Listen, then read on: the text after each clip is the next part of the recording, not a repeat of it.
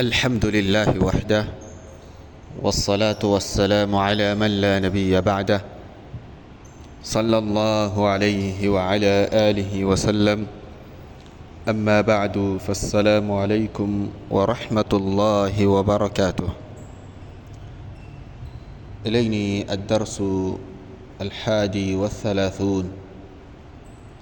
إذن لك إليك كان لني أجمع 31 لاتن ترى شهر رمضان آداب وأحكام تي الشيخ إمام ابن علي الأثري وفقه الله تعالى. ibi tí a ti máa tẹ̀síwájú nínú ìdánilẹ́kọ̀ọ́ ilé òun náà ni ìpín ẹlẹ́ẹ̀kejì nínú àwọn kan tí ó máa ń ba ààwẹ̀ jẹ́. òun náà sì làwọn kan tí pé tó bá ba ààwẹ̀ èèyàn jẹ́, èèyàn bùkátà láti san ààwẹ̀ náà padà, bákan náà láti san ìtanràn. yẹ́bà ṣe mọ̀ pé eléyìí ibi nǹkan ọyọ kan tó tún máa ń ṣẹlẹ̀ òun náà ni aljimaa. ẹni tí ó bá jáwẹ̀ rẹ̀ pẹ̀lú pé ó bá obìnrin lájọṣepọ̀ ní ọ̀sán ààwẹ̀. afáàní alqismu thani, ìpín ẹlẹ́ẹ̀kejì, min mufsidati siyam, nínú àwọn nǹkan tó máa ń ba ààwẹ̀ jẹ́. wa huwa ma yujibu alqada'a wal kaffara. òun sì ní nǹkan tó pé ó máa ń bùkátà, ó máa ń ṣe lọ́ranyàn fún yàn sísan ààwẹ̀ náà padà àti alkaffara, sísan ìtanràn. àwa ní nǹkan yòówù náà ní aljimaa'u fi nahari shahri ramadan, bíbá yàn lájọṣepọ̀ ní ọ̀sán oṣù ramadan.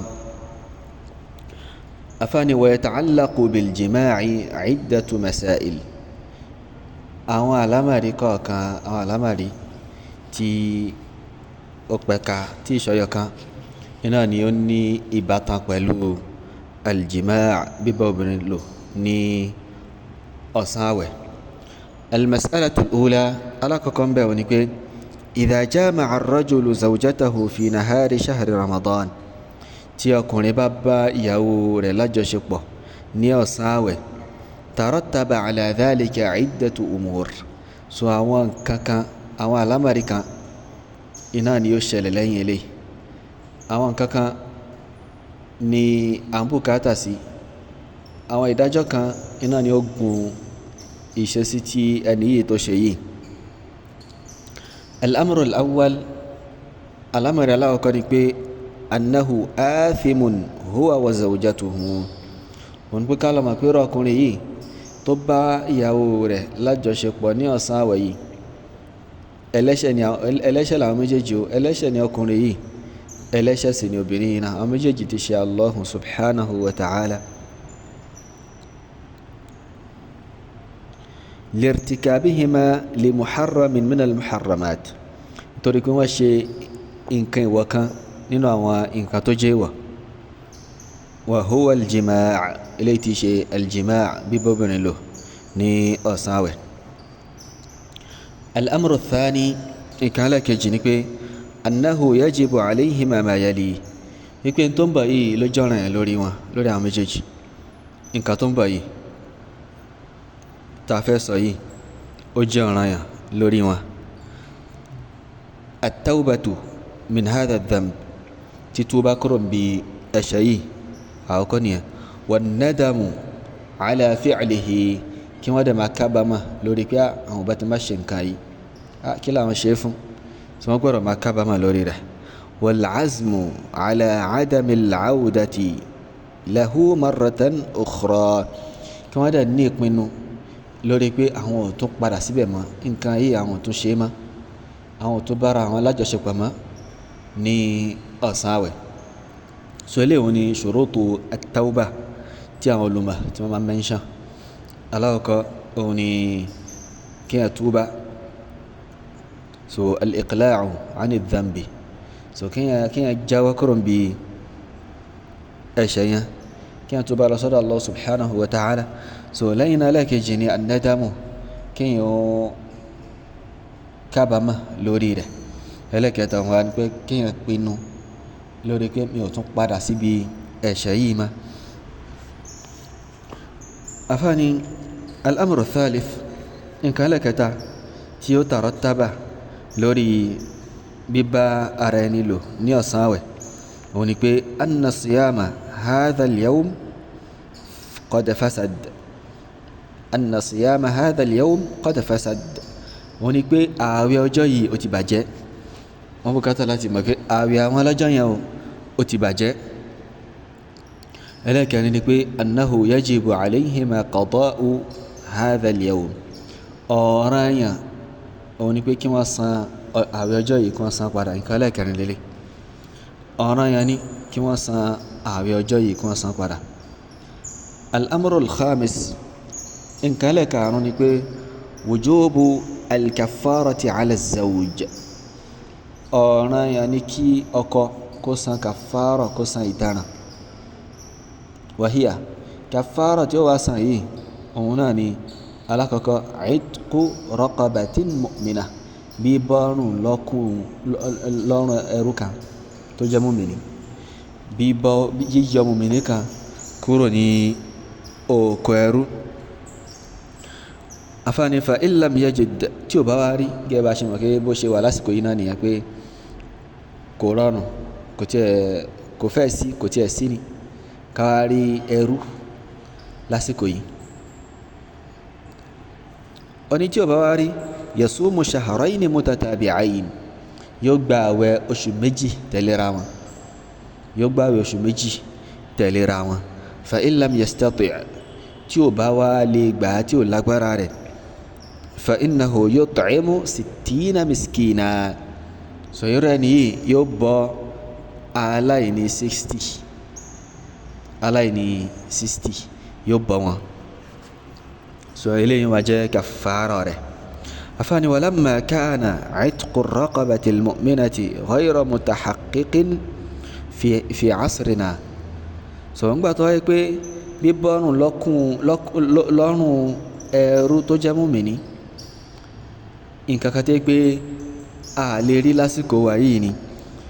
fa innahu yantaqilu ila ma ba'dahu, so by default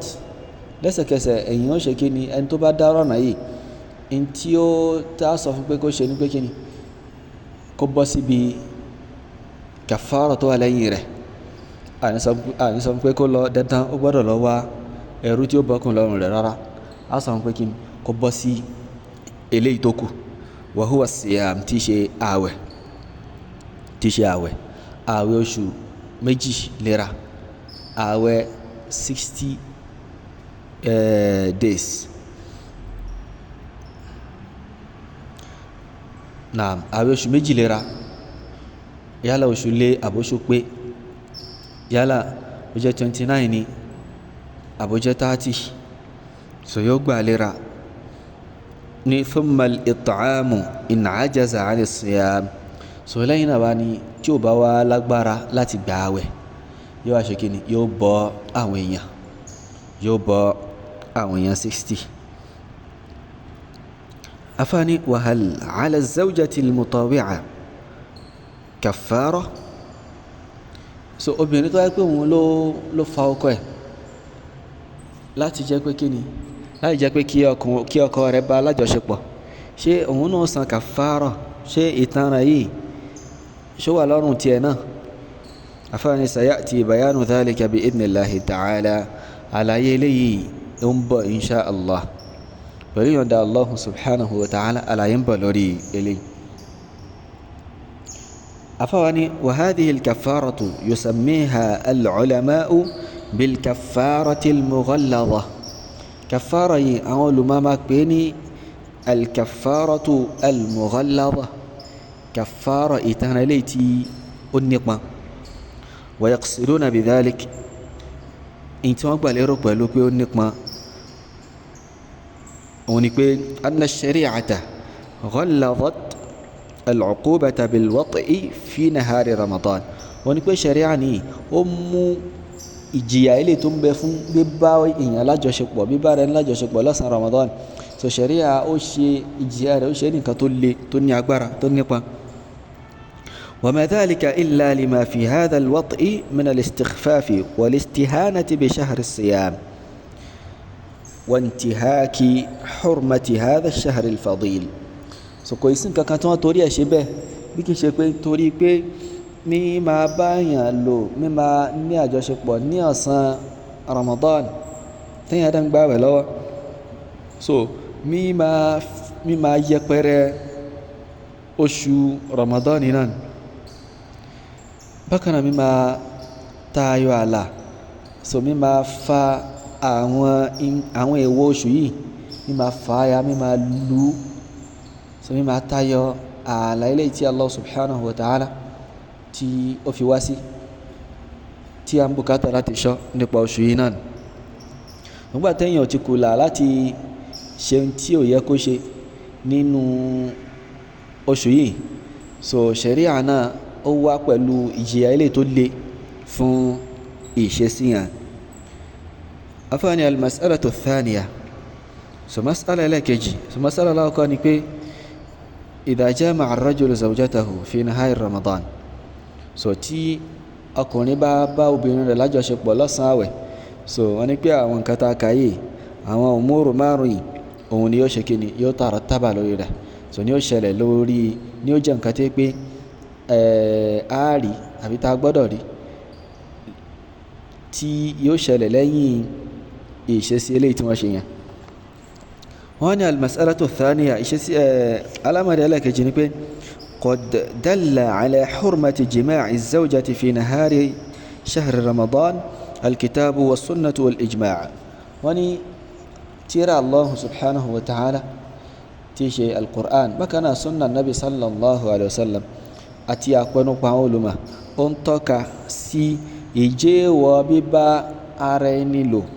bíbá obìnrin bíbá ìyàwó ẹni lájọṣepọ̀ ní ọ̀sán Ramadan so àwọn nǹkan mẹ́ta yìí àwọn nǹkan ńlá mẹ́ta tí ó pé ẹ̀rí tabari kanu alásán tó wáyé pé kanu náà mẹ́tẹ̀ẹ̀ta ló ń tọ́ka sí nǹkan yìí ó ti tó wa bó wa nǹkan sọ pé mẹ́tẹ̀ẹ̀ta papọ̀ so àwọn ìntàfímá ń ṣẹ̀rí tó lágbára jù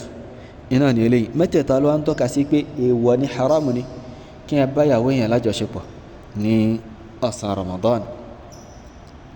afáàní amma dalilul kitab ẹ wàá rí ẹ̀rí láti inú al-Qur'an fa qawlullahi ta'ala òun ni ọ̀rọ̀ Allahu ta'ala aragató ní uhilla lakum laylata siyami arrafathu ila nisaikum hunna libasun lakum wa antum libasun lahun علم الله أنكم كنتم تختانون أنفسكم فتاب عليكم وعفى عنكم فالآن باشروهن وابتغوا ما كتب الله لكم وكلوا واشربوا حتى يتبين لكم الخيط الأبيض من الخيط الأسود من الفجر ثم أتموا الصيام إلى الليل. Allah subhanahu wa ta'ala ó ní uhilla lakum a ṣe léèwọ̀ fún yín a ṣe ní ẹ̀tọ́ fún yín a ṣe ní ẹ̀tọ́ fún yín o laylata siyam tó bá ti ń di alẹ́ ọjọ́ àwẹ̀ arrafathu a ṣe arrafathu lẹ́tọ̀ fún yín ila nisaikum lọ sọ́dọ̀ àwọn ará lẹ́yìn kẹ máa bá àwọn ará lẹ́yìn lájọṣepọ̀ aṣekíni aṣe lẹ́tọ̀ fún yín tó bá ti ń di alẹ́ àwẹ̀ hunna libasun lakum aṣọ làwọn ìyàwó yín jẹ́ fún yín wa antum libasun lahun ẹ̀yin náà jẹ́ aṣọ fún wọn alima Allah subhanahu wa ta'ala ni òun máa annakum pẹ́dẹ́dájọ́ yín o kuntum takhtanuna anfusakum. نعم الله سبحانه وتعالى أني فالآن أني علم الله أنكم كنتم تختانون أنفسكم صلى الله سبحانه وتعالى مكبي أجاني كتيك بي كنتم تخونون أنفسكم أمان شكيني أمان جنباراي بلو شيشين تي الله سبحانه وتعالى تشلي وفوي تريكو تلا èèwọ̀ ni fúnyàn lálẹ́ àwẹ̀ láti jẹun tí tó fi di ìdájí bákan náà láti súnmọ́ ara ilé rẹ̀ ìwọ ní tẹ́lẹ̀. So Allah subhanahu wa ta'ala wá ní pé òun mọ̀ wípé nǹkan yìí ẹ máa ń ṣe ẹ máa ń jàǹbá ara yín pẹ̀lú mímá ṣe tí Allah subhanahu wa ta'ala tó ní kẹ́ má ṣe yìí. So Allah wá ní fataba alaykum wa afa ankum. Allah wá kẹ́yìn ó gbà tó bá yín ó sì ṣe àmójúkúrò fún yín ó tún wá ṣe ẹ̀dẹ̀ fún yín. ó ní fal'ana nísìnyí báyìí o bashiruhunna ay jami'uhunna ẹ máa bá wọn alájọṣepọ̀ wabtaghu ma kataba Allahu lakum. So kẹ́ máa fi nǹkan yìí kẹ́ máa fi wá tí Allah subhanahu wa ta'ala tó ti kádàrá wípé yóò ṣẹlẹ̀ láàrin tẹ́ bá ń bára yín lájọṣepọ̀ látara pé kí ni yóò rọ̀ yín lọ́rọ̀ pẹ̀lú àwọn àrọ́mọdọ́mọ. wọ́n ní wakulu washrabu ẹ máa jẹ ẹ máa mú tó bá ti ń dìbò ní gbogbo alẹ́ láti ìgbà tóòrùn bá ti ń wọ̀ tí alfajari ó fi yọ ẹ máa jẹ ẹ máa mú hatta yatabayyana lakumul khaytul abyadu min alkhaytil aswadi min alfajr. so tí alfajr as-sadiq tí ó fi hàn sí yín pẹ̀lú fífunfun rẹ̀. So tí ó fi hàn sí yín pé alfajari òdodo tí yẹn máa ń kẹnu ró nítorí rẹ̀ òun ló ti yọ yìí o tí ó fi yàtọ̀ sí dídúdú alẹ́. wọ́n ní thumma atimmu siyama ila al-layl lẹ́yìn náà wá ṣe kí ni ẹ wá complete àwẹ̀ yín tí ó fi di alẹ́ ẹgbà àwẹ̀ yín di alẹ́ tẹ́ bá ti ń kẹnu ró ní sáàrì ẹgbà àwẹ̀ yín tí oòrùn fi wọ̀. afáàní fafi hadhihi al-aya ń bẹ nínú aya yìí wípé abaha Allahu ta'ala ar-rafatha wa huwa al-jima' ila tulu'i al-fajr. ń bẹ nínú àpé Allah subhanahu wa ta'ala ó ṣe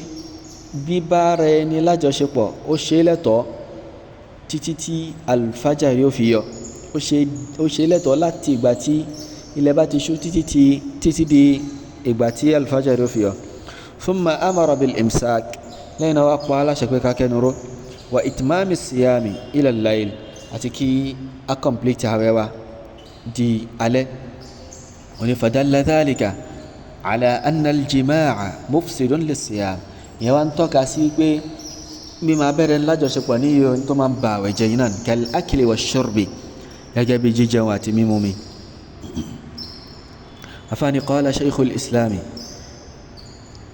ibn taymiyata fi majmu'il fatawa. shaykhul islam ibn taymiyata rahimahullah ta'ala wọ́n sọ gẹ́gẹ́ bó ṣe wà nínú majmu'il fatawa pé fa adhina fil mubashara Allahu wa fi gbàláyè sílẹ̀ lórí mímọ abára ẹni lájọṣepọ̀. فعقل من ذلك أو مقبوية لا ترى ليه أن المراد يمكن تقبل ليرو نبي الصيام من المباشرة والأكل والشرب. so in تقبل ليرو نبي كقباوة كورو نبي ببارن لا جاشبه كورو نبي جيجة كورو نبي ميمو من كقباوة كورو مبين كمنورو كارارو كورو مبين. so in تقبل ليرو بلو أوينا إلين. ولما قال أولا sọ́ngbà tó ọkọ̀ sọ wípé kútìbà alaykumus siyamu kama kútìbà ala alladhina min qablikum. sọ pé wọ́n ṣe àwẹ̀ lọ́ràn yẹn fún gẹ́gẹ́ wọ́n ṣe lọ́ràn yẹn lórí àwọn tí wọ́n ṣíwájú yín. kana ma'qulan indahum nǹkan kan tẹ́ pé wọ́n gbọ́yé ní tẹ́yìn ó fìlà káyè yẹn mọ́ ní lọ́dọ̀ àwọn sàhábà wípé anna siyama wípé àwẹ̀ o هو الإمساك عن الأكل والشرب والجماع. òun ni mímára ró kúrò níbi jíjẹ mímu àti bíbára ẹni lájọṣepọ̀. eléyìí ni ọ̀rọ̀ Ibn Taymiyyah rahimahullah ta'ala. afọwọ́ni wa amma dalilu sunna ẹ wà á rí àrí láti inú sunna fama fi sahihayn òun ni tó wà nù sahihan sahihu al-Bukhari àti sahihu Muslim min hadithi Abi Hurayrata radiyallahu anhu inú hadithu Abi Hurayra yana Allahu kuma ba. في قصة الرجل الذي جامع امرأته في نهار رمضان. نبي قصة أراكوني إتاراكوني تي أبا إياو رلاجة شكواني أساوي تواب النبي صلى الله عليه وسلم فأمره النبي صلى الله عليه وسلم أن يعتق رقبة. النبي صلى الله عليه وسلم قال شكوي كبكم لون يركا. فقال له الرجل صحابنا وصفه لا أستطيع ميو لقبر لي ريوجيش الله. فقال له النبي صلى الله عليه وسلم النبي صلى الله عليه وسلم وصفه صم شهرين متتابعين ودنبنا باويوش مجلرا. فقال له الرجل صحابي أتصف لك جبي لا أستطيع ميو لقبرات شلير وجيش الله. فقال له النبي صلى الله عليه وسلم النبي صلى الله عليه وسلم صفه أطعم 60 مسكينا أطعم 60 مسكينا بو أواليني 60 بو أواليني 60. أفاني وجه الدلالة من الحديث ibi tí a fẹ́ lò lẹ́rìn bí hadith ibi tẹ́rù wà bí hadith ni pé anna fihi bayana anna aljima'a fi nahari ramadan muharram ń bẹnu hadith yìí pé ìṣàlàyé lórí pé bíbára ẹni lò lọ́sàwẹ̀ haram náà wa annahu mujibun lilkaffara àti pé tí ó tiẹ̀ máa ń múyàn san ìtanràn náà تكفيرا عن هذا الذنب التي في قا شييره لا في قا شتين داي لا في قاره. أفاني وسيأتي نص الحديث وبيان ما فيه من أحكام في الدروس الآتية بإذن الله تعالى. سونيك تكست حديثي بشوا بحديثي شوا كنكا أمبوا إن شاء الله تعالى بكنا أوانتو شيء على àwọn kan tó wà nínú rẹ̀ nínú àwọn adájọ́ nínú àwọn ìdánilẹ́kọ̀ọ́ eléyìí tí ó ń bọ̀ insha Allah ta'ala tí a padà bá pàdé nínú tírà yìí. afáàní wa amma dalilul ijma'i wá rí ẹ̀rí ijma' bí àpẹnupọ̀ àwọn olùmọ̀ bó ṣe ń tọ́ka sí pé bíbára ẹni sùn bíbára ẹni lò pọ̀ lọ́sàn-án àwẹ̀ nǹkan tó máa ń bá àwẹ̀ jẹ́ ni.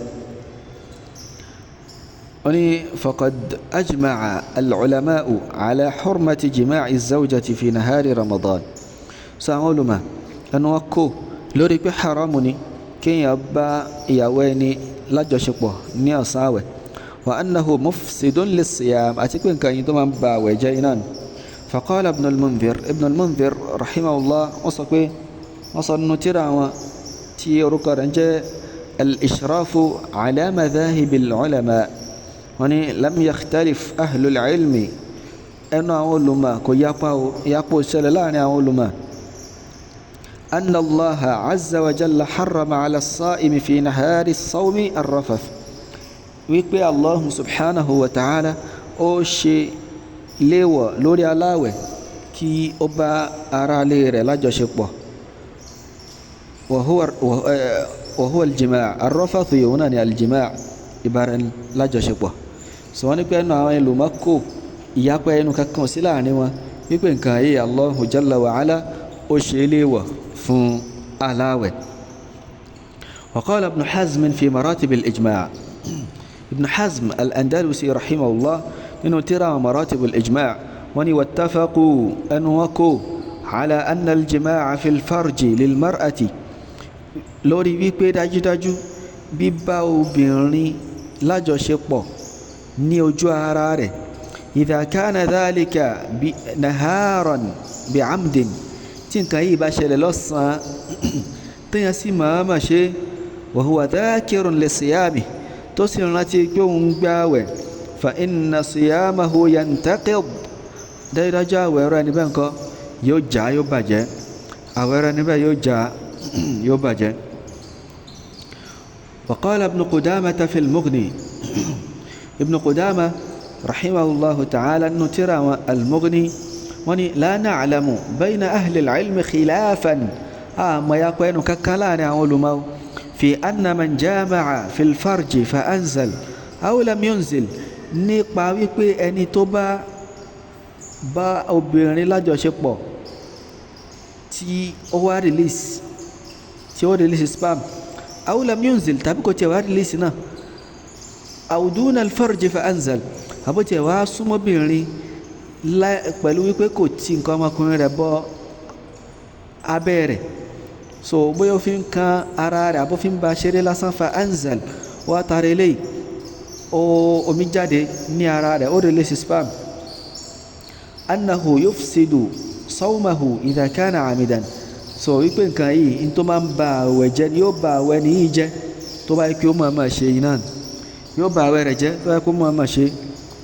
وقال شيخ الإسلام ابن تيمية في مجموع الفتاوى شيخ الإسلام ابن تيمية رحمه الله تعالى أنه مجموع الفتاوى ومعلوم انتبه جمانيو أن النص والإجماع wípé ẹ̀rí láti inú Qur'an àti Sunnah bákan náà àpẹnupọ̀ àwọn olùmọ̀ athbata méjèèjì yìí ó fi rinlẹ̀ alfitra bíbá títúnu wípé ààwẹ̀ a máa bàjẹ́ ààwẹ̀ a máa já bil akli pẹ̀lú jíjẹ wa shurbi àti pẹ̀lú mímu wal jima'i àti pẹ̀lú bíbára ẹni sùn bíbára ẹni lájọṣepọ̀ wal hayd àti ṣíṣe haidọ̀ kí ẹ jẹ nǹkan oṣù kó jáde lára èèyàn sọ wọ́n ní pé nǹkan yìí ẹnu kò lórí rẹ̀ ẹnu kò in tó gbajúmọ̀ ni tí nasu tó dẹ̀ fi rinlẹ̀ bákan náà àti ijma' so al-Qur'an àti Sunnah ń tọ́ka sí bákan náà àpẹnupọ̀ àwọn olùmọ̀ náà ń tọ́ka sí nǹkan yìí. afáàní al-mas'alatu thalitha alámàrí ẹlẹ́kẹta wọ́n ní pé idha jama'a ar-rajulu zawjatahu fi nahari Ramadan tí ọkùnrin bá báyàwó rẹ̀ lájọṣepọ̀ lọ́sàn-án àwẹ̀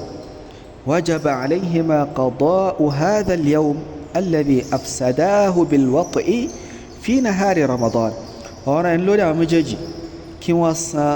ọjọ́ yìí padà ọjọ́ tí wọ́n bàjẹ́ àwẹ̀ ọjọ́ tí wọ́n bàjẹ́ pẹ̀lú ìbára ẹni lájọṣepọ̀ yìí ọ̀rọ̀ ẹni kí wọ́n san padà. والدليل على وجوب قضاء هذا اليوم ما يلي ẹ̀rí lórí pé ọ̀ràn yẹn ni kí wọ́n san ọjọ́ yìí padà wọn ni nǹkan tó ń bọ̀ yìí o aláwọ̀kọ́ wọn ni pé annal mukallafa mutalabun bi siyami shahri Ramadan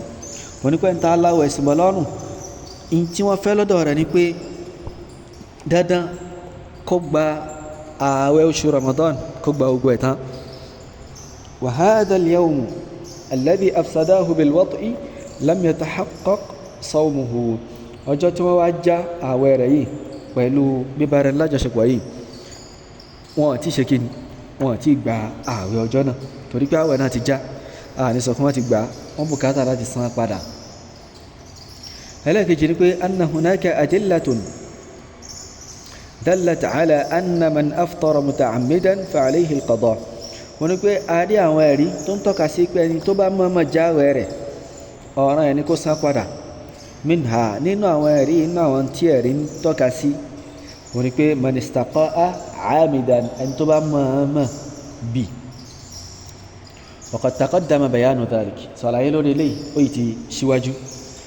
ألا كتانك أن الشريعة أوجبت على من أفطر لعذر كالمرض والسفر القضاء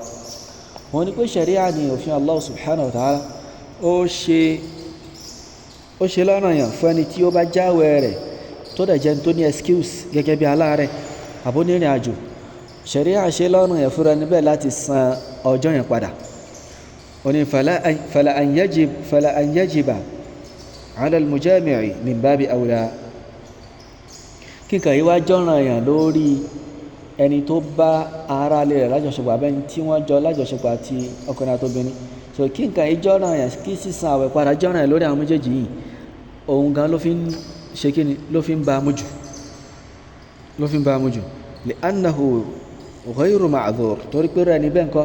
kò ní excuse kankan rẹ̀ ní bẹ́ẹ̀ tó lọ bá obìnrin lájọṣepọ̀ kò ní excuse kankan ìṣesí wọn yẹn kò sí excuse kankan tá a fẹ́ fún. afáàní al-mas'alatu ar-rabi'a mas'ala lẹ́kẹ̀ẹ́ni wọ́n ní pé al-kaffaratu wajibatun 'ala at-tartibi hakadha kàfàrà tá a lẹ́yìn ọ̀sán yìí ó jọ́ràn yàn 'ala at-tartib lórí ìpele rẹ̀ ìpele tó wà yìí ìpele tá a kà á yàn bí wọ́n ṣe kà á bẹ́ẹ̀ ni ó ṣe jọ́ràn yàn téèyàn ò bá tí ì wá eléyìí èèyàn gbọ́dọ̀ bọ́ síbi omi àfi tó bá ti dájú pé eléyìí kò sí èèyàn tó bọ́ síbi omi. aláwọ̀kọ́ 'itqu raqabatin mu'minah bíbọ́kùn lọ́rùn ẹrú tó jẹ́ mùmínì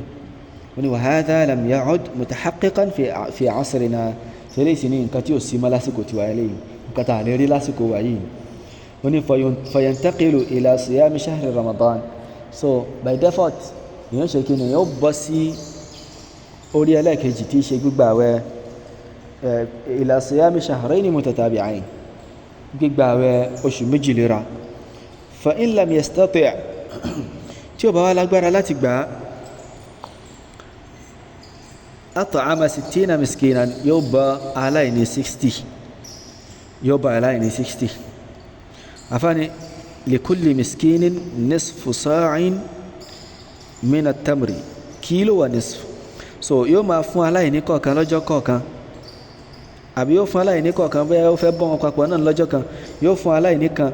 ní nisfu sa' ìlàjì sa' eléyìí tí ṣe kílò and half 1.5 kílò kílò kan àtààbọ̀ látara tamr dàbínú awil aruz tàbí rice awil adas tàbí adas awil ful almudammas tàbí alful almudammas ful tadmis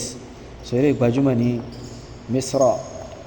awil fasuliya tàbí fasuliya so eléyìí náà ó wà ní misra náà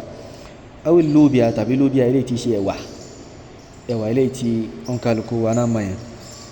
wa ghayriha min al-hubub al-jaffa àtàwọn nǹkan tó yàtọ̀ sáwọn ilé náà àwọn nǹkan tó bá pé bó ṣe rí náà eléyìí bí ẹ̀wà bí rice tó pé àwọn hubub àwọn kóró gbígbẹ náà ni dàbínú àti bẹ́ẹ̀ bẹ́ẹ̀ lọ́nà àwọn nǹkan tó tún jọ wọ́n. afáàní wa dalilu ala wujubi tartibi fi al-kaffarati hadithu abi hurayrata radiyallahu anhu al-mutaqaddim ẹ̀rí lórí pé ọ̀ràn yẹn ni kéèyàn ó tó kàfàrà yìí tẹ̀léra wọn òun náà ni hadithu abi hurayra eléyìí tí ó ṣíwájú radiyallahu anhu fa inna fihi torí pé dáadájú ń bẹnu hadithu yìí wípé hal tajidu ma tu'tiqu raqabata hal tajidu ma tu'tiqu raqabatan ìjẹ́ o ní in tí ó fi bọ́kùn lọ́rùn ẹrú nígbà Nábì sallallahu alaihi wasallam ó bí ẹni yẹ́bẹ̀ pé ìjẹ́ o ní tó fi bọ́kùn lọ́rùn ẹrú qala la sahabi na sọ pé rárá qala Ànábì wa sọ fún pé fahal tastati'u an tasuma shahrayn mutatabi'ayn ìjẹ́ o lè gbààwẹ̀ oṣù méjì léra qala la ó ní pé rárá o qala Ànábì tó wá sọ pé fahal tajidu ma tut'imu 60 miskinan ìjọ ní tí ó fi bọ́ aláìní 60 so ní tó fi bọ́ aláìní 60 qala la ó ní pé rárá afáni wajhu dilala ibi tẹ́rí wà ní hadithi ni pé anna nabiyya sallallahu alaihi wasallam rattaba al-kaffara wọn ni kọ́ nabi sallallahu alaihi wasallam ó tó kaffara yìí ó tó tẹ̀lé ra wọn ni wa lam yaj'alha ala at-takhir kò wá fi kò gbé kalẹ̀ nígbé kalẹ̀ ìpín kan ṣẹ̀ṣà ilé tó bá wúyàn bẹ́ rárá ó tó tẹ̀lera wọn iná ni.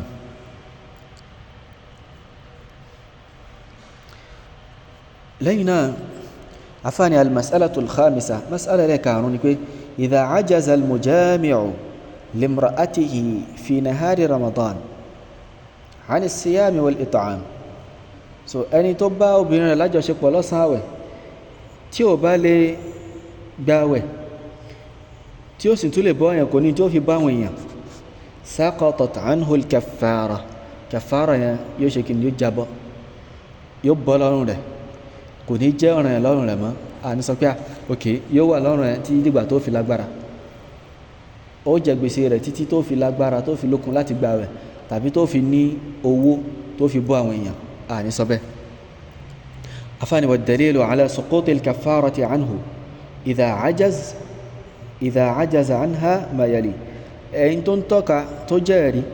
lórí pé kàfàrà yóò bọ́ kò ní jọ́nà lórí rẹ̀ má láti san ìtanràn yìí tí ó bá ti lágbára rẹ̀ òun nìkan tó ń bọ̀ yìí. alákọ̀ọ́kọ́ ni pé annahu ajiz ẹni ní kò lágbára ni kò ní agbára ó ní wal wajibatu tasqutu bil ajzi àwọn in tó dẹ̀ jọ́nà yẹn ní a máa ṣe kíni a máa jábọ́ kò ní jọ́nà yẹn lórí èèyàn mọ́ nígbà tí èèyàn bá ti lágbára walaysa wajibun bila qtidari ولا محرم مع اضطرار كبي الإمام السعدي رحمه الله ويصنع منظومة القواعد الفقهية pé láì sí agbára kò sí kíni kò sí ọ̀ranyàn ní pé nǹkan ò ní jẹ́ ọ̀ranyàn lórí èèyàn téèyàn ò dẹ̀ ní agbára téèyàn bá ti lágbára láti ṣe a jẹ́ pé nǹkan náà kan ó ti bọ́ kò nídìí èèyàn ò nídìí láti ṣe mọ́. ẹlẹ́ẹ̀kejì ni pé anna nabiyya sallallahu alayhi wa sallam asqata al-kaffarata 'an ar-rajuli alladhi jama'a imra'atahu wọ́n nípa nabi sallallahu alayhi wa sallam ó já kàfàrà yẹn bọ́ ìtara yẹn ó já bọ́ ó mú kúrò ó gbé kúrò fún ọkùnrin tó pé ó bá ìyàwó rẹ̀ lájọṣepọ̀ lọ́sàn-án àwẹ̀ ó ní walam yaj'alha fi dhimmatihi wá sọ pé nǹkan yìí sì wà lọ́rùn rẹ̀ o nǹkan yìí sì wà lọ́rùn rẹ̀ o lágbára nísìnyí tó bá padà lágbára ò gbọ́dọ̀ ṣe o ànábì ò sọ bẹ́ẹ̀ ó ní walau kanat wajibatan fi dhimmatihi ká ní kó jọ́ràn èèyàn nínú wọ rẹ̀ ni pé nǹkan yẹn sì wà lọ́rùn rẹ̀ kò tí ì bọ́ ó gbọ́dọ̀ san labayyana dhalika lahu ànábì sallallahu alayhi wa sallam kò bá ṣàlàyé nǹkan yẹn fún ànábì bá ṣàlàyé rẹ̀ fún ṣùgbọ́n kò ṣàlàyé rẹ̀ sọ ilé oúnjẹ kó máa yí wa pé kí ni nǹkan yìí kọ́ téèyàn bá ti lágbára láti ṣe khalas ó ti tán náà nìyẹn. afawani tanbihun muhim àkíyèsí tó ṣe pàtàkì jami'ul kaffarat gbogbo àwọn kàfàrà gbogbo àwọn ìtanràn eré tó wà náà ẹ̀sìn mithlu gẹ́gẹ́ bí kaffaratil yamin ìtanràn ìbúra lórí irọ́ ìbúra èké wa kaffaratil zihar àti kàfàrà ti ẹni tí ó fi ìyàwó rẹ̀ jọ ti yá rẹ̀ so tó yẹ pé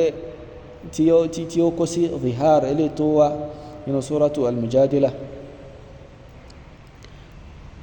wa kaffarati qatli al-khata àti ìtara pípààyàn lọ́nà àṣìṣe ẹni tó bá pa mùsùlùmí mistakenly so wọ́n ní pé ó gba àwọn kaffarati yìí ni tukhalifu kaffarata al-jima'i fi nahari ramadan gbogbo ìpátá ló yàtọ̀ sí ìtara bíbá obìnrin lájọṣepọ̀ ní ọ̀sán àwẹ̀ ìtara gbogbo ẹ̀ ṣùgbọ́n eléyìí yàtọ̀ wọ́n ní fa innaha tabqa fi dhimmatihi li hin al-isar gbogbo àwọn kàfàrà ilé ìtaka síwájú yìí ti al-yamin ni kàfàratu zihar ni kàfàratu qatli al-khata'i ni àwọn eléyìí ni yóò wà lọ́rùn èèyàn títí tí ìdẹ̀kùn ó fi dé fún yàn yóò sì wà lọ́rùn èèyàn ó dìgbà tí èèyàn bá tó san tí èèyàn bá tó ṣe kó tó bọ́ lọ́rùn èèyàn wọ́n ní li anna hadha huwa al-asl torí pé lè ní ìpìlẹ̀ náà pé tó bá tí ṣe ò tí bọ́m̀bẹ̀ wọ́n ní falau kana faqiran so tí a bá jẹ́ tálíkà lápẹjúwẹ̀ fa innahu yasbiru hatta yastati'a as-siyama aw al-it'am ẹn tó bá jẹ́ aláìní so yóò rẹ̀ mẹ́kọ́ yóò ṣe sùúrù títí tí ó fi lágbára láti ṣe kíni láti gbààwẹ̀ àbí láti bọ́yàn yóò ṣe sùúrù tí ó fi lágbára láti gba àwẹ̀ tàbí láti bọ́ àwọn èèyàn tí èèyàn bùkátà láti bọ́ lẹ́ni tó bá kó sí ọ̀ràn eléyìí tó lè mú èèyàn san irú àwọn àtàrà bẹ́ẹ̀ sí gẹ́gẹ́ bí al-yamin àti al-zihar àti qatlu al-khata. so ibi ńlá ni a fàn láti dúró sí ibi idhnillahi azza wa jal wallahu ta'ala a'la wa a'lam subhanaka allahumma wa bihamdik أشهد أن لا إله إلا أنت أستغفرك وأتوب إليك والسلام عليكم ورحمة الله وبركاته.